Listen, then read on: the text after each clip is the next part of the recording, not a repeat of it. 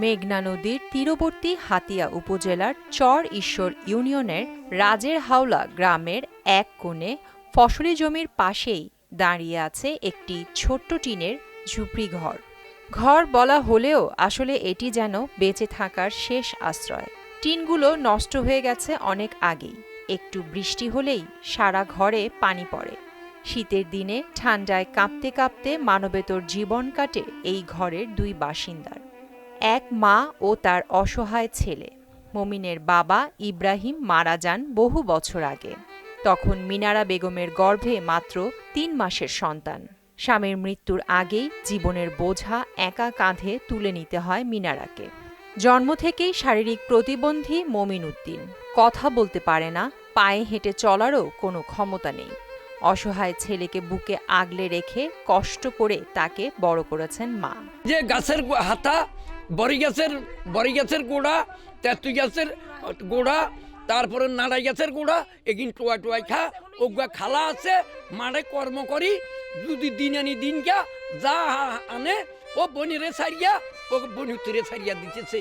ছেলের ভবিষ্যৎ চিন্তা করতে করতেই এক সময় নিজেই মানসিক রোগে আক্রান্ত হয়ে পড়েন মিনারা বেগম। তারপর থেকে সমাজের চোখের আড়ালেই পড়ে আছে মা ও ছেলে। গ্রামবাসী আর খালার সামান্য সহযোগিতায় কোনোভাবে বেঁচে আছেন তারা, কিন্তু চিকিৎসা, খাদ্য কিংবা নিরাপদ আশ্রয় সবই যেন অধরাই রয়ে গেছে। এই ছেলেটার একটা ঘর নাই, খানা পিনা খুব কষ্টতে আসছে।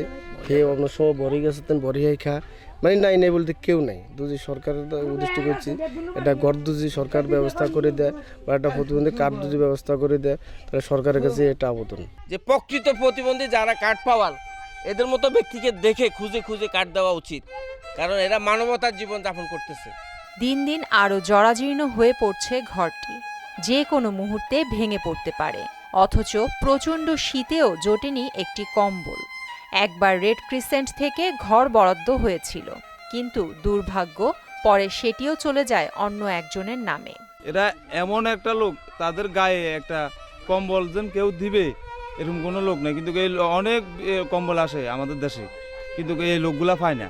সরকারের পক্ষ থেকে তাদের সব ধরনের সহযোগিতা করা হবে বলে জানান উপজেলা সমাজসেবা কর্মকর্তা। প্রতিবন্ধী ভাতা পাওয়ার জন্য যে ব্যবস্থা করা দরকার, সরকারি যে বেনিফিশিয়ারি হওয়ার দরকার, ওই ব্যবস্থা আমরা করতেছি এবং আপাতত মনোনীতের জন্য একটা হুইল চেয়ার আমি ব্যবস্থা করে দিচ্ছি।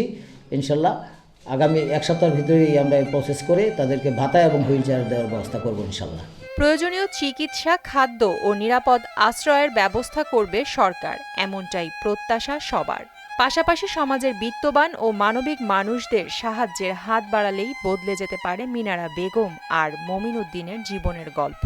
একটু সহানুভূতি, একটু সহযোগিতা হয়তো বাঁচিয়ে দিতে পারে একটি জীবন কিংবা একটি পরিবার। এরা কিনে গাছের ফল বাগা টোয়াই বড়ই এ নাড়াই গেছে নাড়াই যাই আর তাই খা। এরা আর এটার মতন খাওয়ার মতন আর দুনিয়াতে নেই। প্রিয়াঙ্কা নিতু, মোহনা ডিজিটাল।